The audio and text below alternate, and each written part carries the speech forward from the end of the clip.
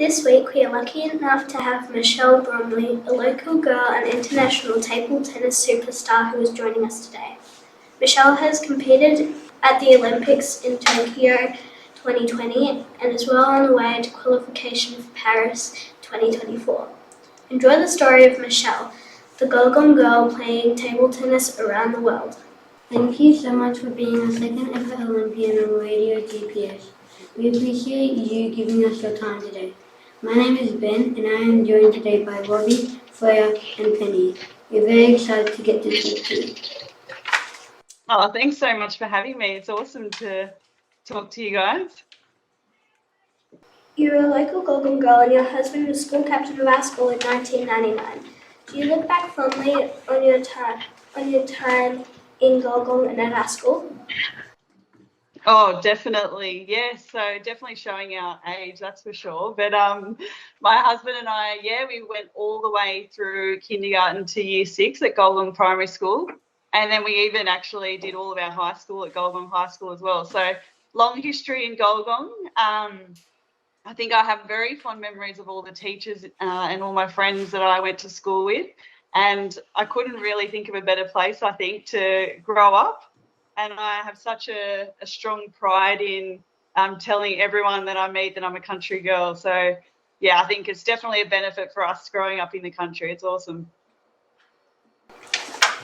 What was it like growing up in Gulgong? Did you find the opportunities you needed here to excel in table tennis? And did you start at 6 years old?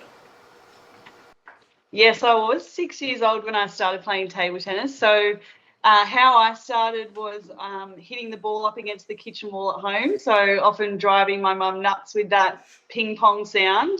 And then when I got a little bit taller, I took to the table. And growing up in Gulgong, as you can imagine, there's not a lot of families that are very competitive in the sport of table tennis. So my training was often done at home in the garage.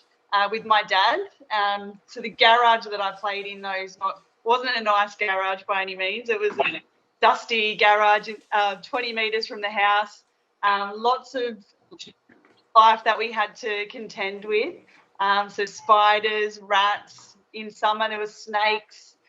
We also sometimes had wombats that were watching us play. So it was very interesting. The door didn't shut, so, it's freezing cold in winter, hot in summer, and the flooring was a little bit warped. So one side you were hitting up the hill and the other side you were hitting down the hill. So not ideal conditions at all. But I guess my story is sort of a prime example of not necessarily needing access to all the best sort of facilities around best training, best coaches, a lot of training partners. That's not my story at all. So I guess my message to all country kids is that you don't actually need access to the best facilities or anything like that. It's really around work ethic. And I had as a young girl was a dream to go to the Olympic Games and a really strong desire to achieve that dream. So I think work ethic, being really disciplined in what you achieve, that's the biggest thing that you can. Is it true that you won your first primary school state competition while you were at Gulgong PS and at 7 years old?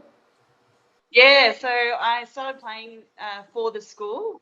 I was just 7, and that's when I did win my first trophy. It was actually really cool memories growing up playing for the school. We had my parents started a table tennis club on Friday nights, and a lot of the school kids actually went to that. So we had a number of little ping pongers getting around the town at the time, and we'd often travel in a minibus to parts of Australia representing Gulgong School. So that was really cool. What were your first thoughts when you qualified for Tokyo 2020?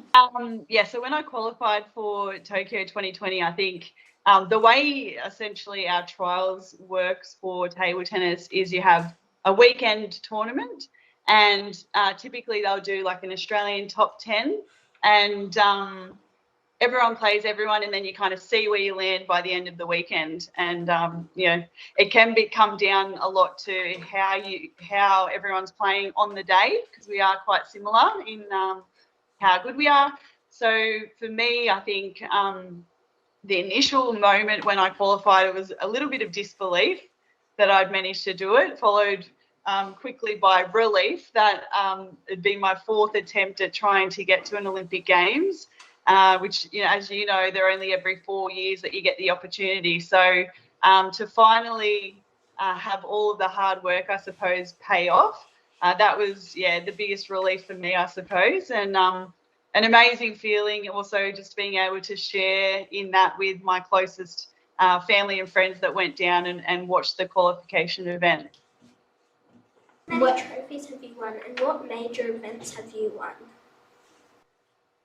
Trophies? Yes, I saw that question about how many trophies I won. Actually, too many to count. So table tennis is one of those sports where if you're a trophy hunter, it's definitely a sport for you, particularly in the junior events where if you're, say you're a 12-year-old playing under 14s, under 16s, under 18s, and if you do quite well, then in a weekend you could come away with a number of different trophies in singles, doubles, mixed doubles. So for me, I ended up by the end of my junior days having too many, and what I ended up doing is getting the plaques off each of the trophies and just keeping the plaques, and then donating the trophies just so I had a bit more cupboard space.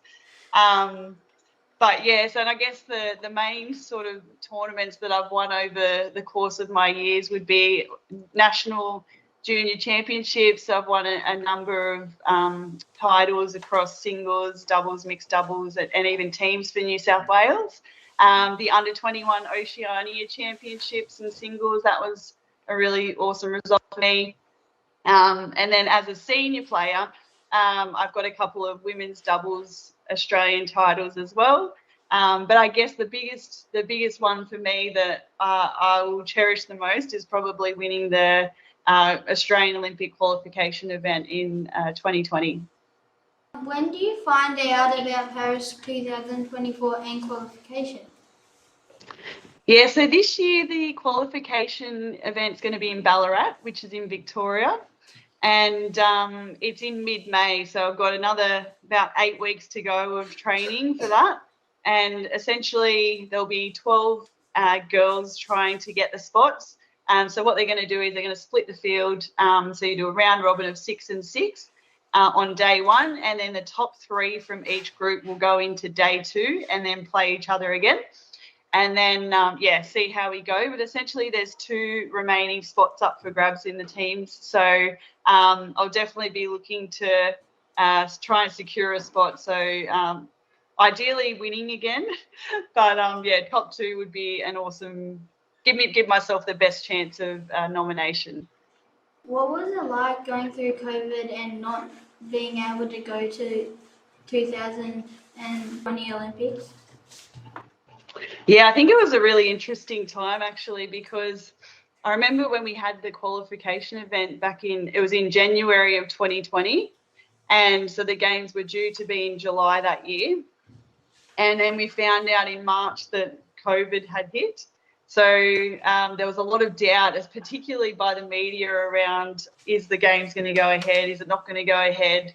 And so I guess a lot of athletes were very nervous and worried that all of their hard work might have gone to waste if the games got skipped and you had to wait another 4 years. So I think it was a massive relief in the end that it was just postponed by 12 months, which also it was pretty cool in that I had an extra long lead up, which was a bit more exciting as well. Whereas this time around I'll have 6 weeks notice and then I'm off. So it was nice to have a bit of a build into the Olympics.